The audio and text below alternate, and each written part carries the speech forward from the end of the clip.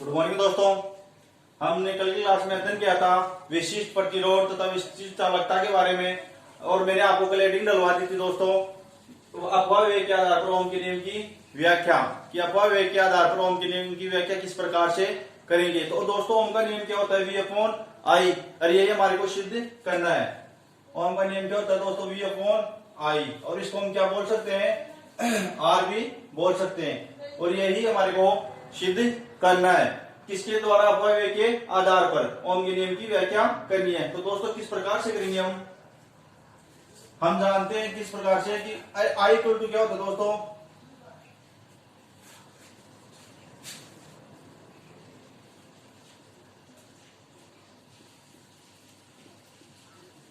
I equal to क्या होता है, I equal to N e A we d, विद्युत धारा आई इक्वल टू क्या होता है, ये वी डी। तो दोस्तों वी डी क्या होता है, अपव्यय वेग तथा विभवांतर में संबंध से हमारा वीडी क्या आया था, हमारा ई वी तो अपॉन एम एल, यही आया था। किससे, अपव्यय वेग तथा विभवांतर में संबंध से हमारा वीडी क्या आया था, ई वी तो अपॉन एम एल। तो ये वीडी का मान किसमें रख देंगे हम, इसमें I equal to N e A, v d का मान रखा ई वी तो अपॉन एम एल। अब ये वी इस आई को इसके नीचे ले जाते हैं और उसको इधर ले आते हैं हम, तो एम एल ये इधर आएगा, चेंज हो जाएगा, एम एल ऊपर चला जाएगा अपॉन एन ई स्क्वायर ए, तो क्या बचा, और आई ये वी है, वी यहीं पर रह जाएगा, और वी के नीचे क्या आ जाएगा दोस्तों, हमारा आई, वी अपॉन आई क्या आ गया, कि हमने क्या किया, इस m upon sorry m l को n E square A tau upon m l को इधर लेके आ गए, तो एम एल तो ऊपर आ गया हमारा, तो M L upon N E square A tau equal to V यहीं पर ही था, और ये आई इसके बटे पे आ गया, तो क्या बन गया, M L upon N E square A tau equal to V upon I.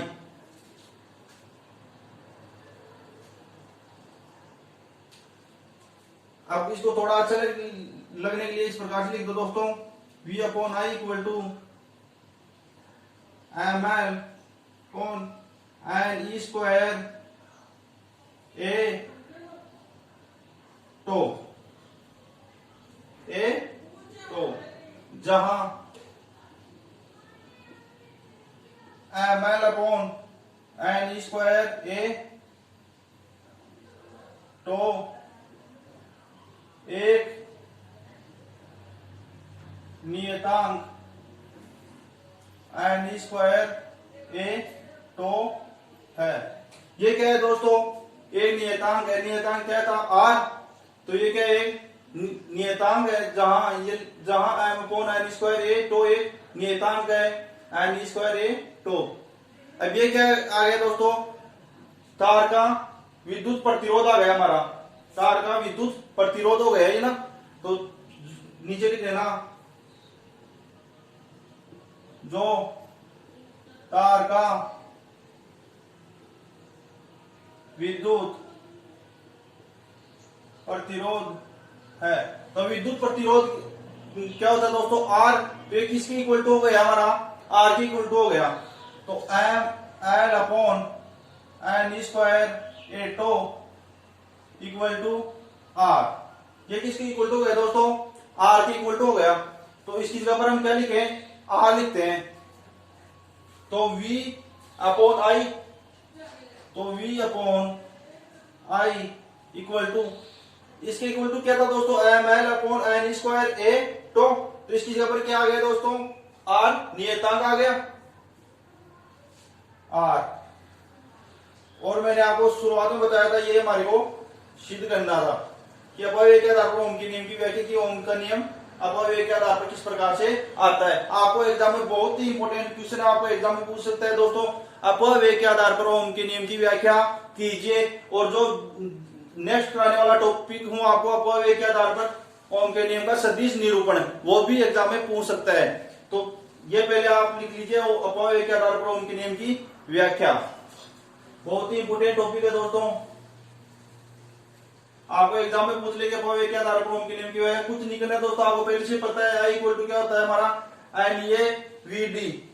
तो यहां से विद्युत अपव्यय तथा विभवांतर में संबंध से हमारा क्या आया था, V D E V tau upon M L.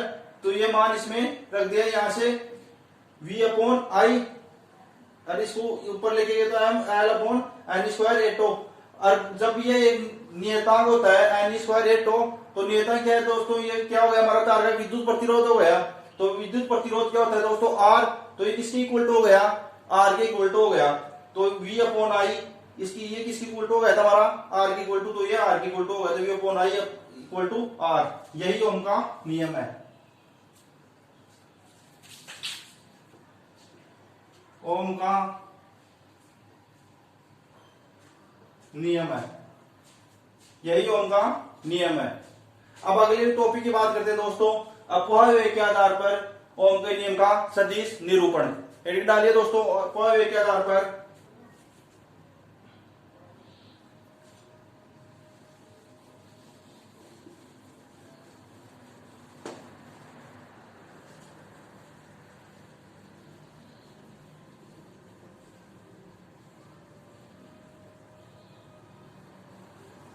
अपव्यय के आधार पर ओम के नियम का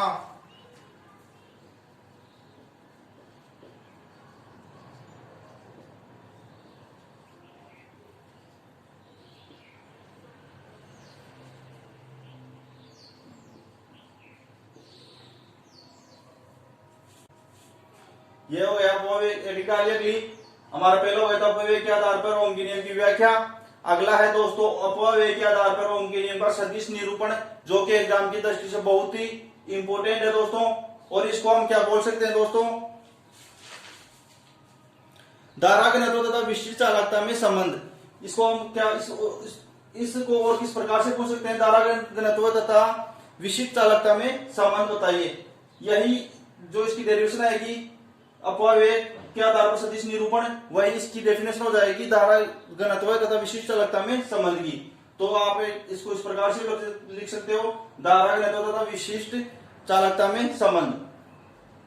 तो इसमें क्या करेंगे दोस्तों, सेम पिछले वाली की तरह सेम कंडीशन रहेगी। हम जानते हैं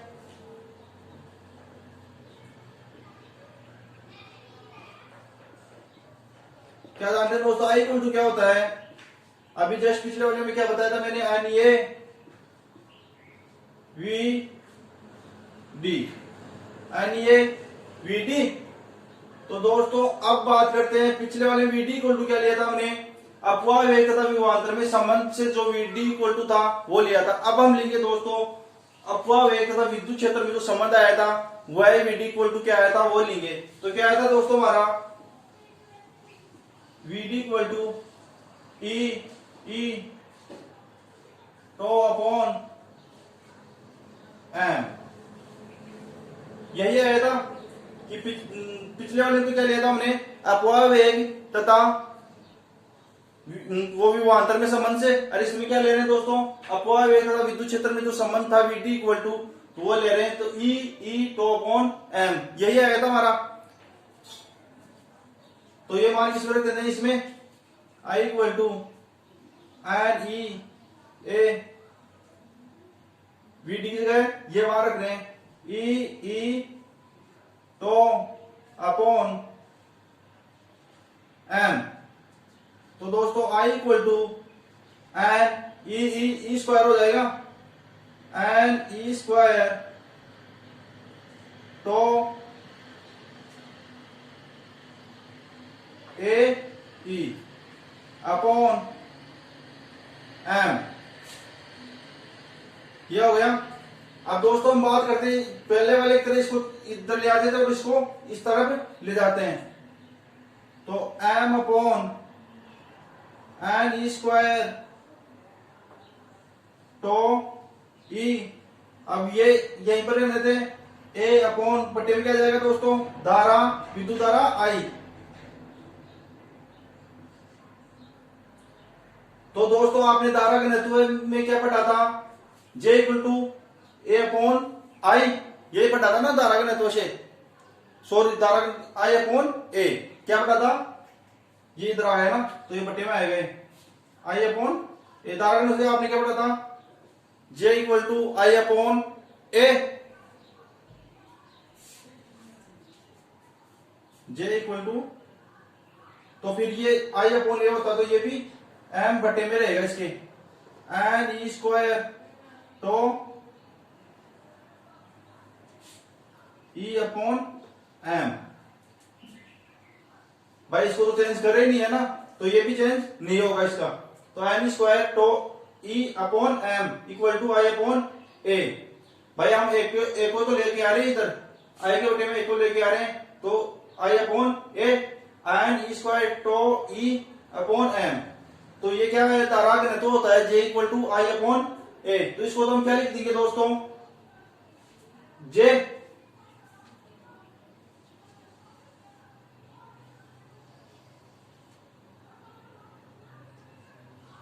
हमने इसको तो क्या लिख दिया, अपॉन ए को J लिख दिया दोस्तों। अब हम इसकी बात करते हैं, भाई इसमें भी देखना है कि हमारे को हम इतने तो क्या बोलते हैं, N E square tau upon M को क्या किसके इक्वल टू होता है दोस्तों, ये सिग्मा किसके इक्वल टू होता है, सिग्मा इक्वल टू होता है दोस्तों हमारा एन ई स्क्वायर तो अपॉन एम, किसके इक्वल टू होता है, एन सिग्मा के इक्वल टू होता है। क्या होता है sigma equal to N square tau upon M. तो यहां क्या आ जाएगा दोस्तों, इसकी जगह पर सिग्मा आ जाएगा,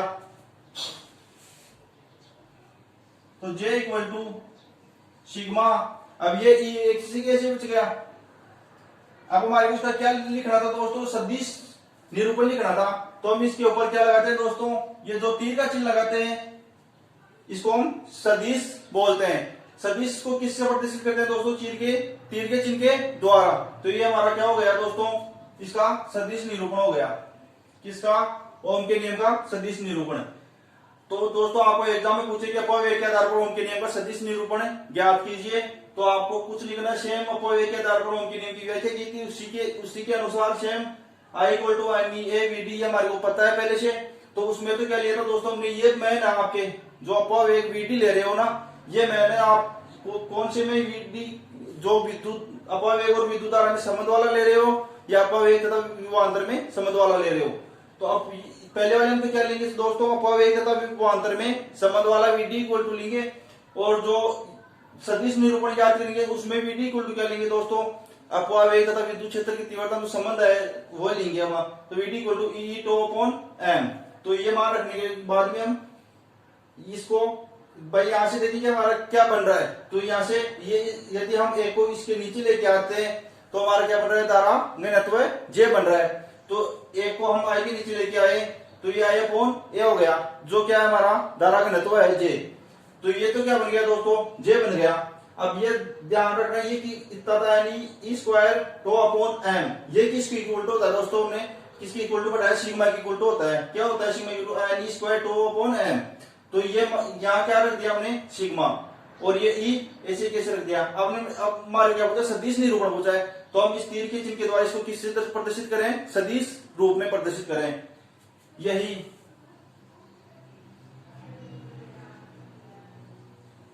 ओम के नियम का सदिश रूप होगा। तो हमने दोस्तों बात की अपव्यय के आधार पर ओम के नियम की व्याख्या और अपव्यय के आधार पर ओम के नियम का सदिश निरूपण। आज क्लास में इतना ही दोस्तों।